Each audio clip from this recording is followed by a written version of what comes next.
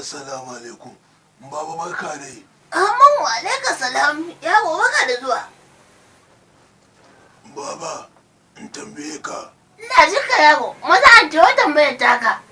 Dukkanin wani sheke-sheke da nake yi, kai ne kake tsaya mun, kuma kai ne kake koya mun.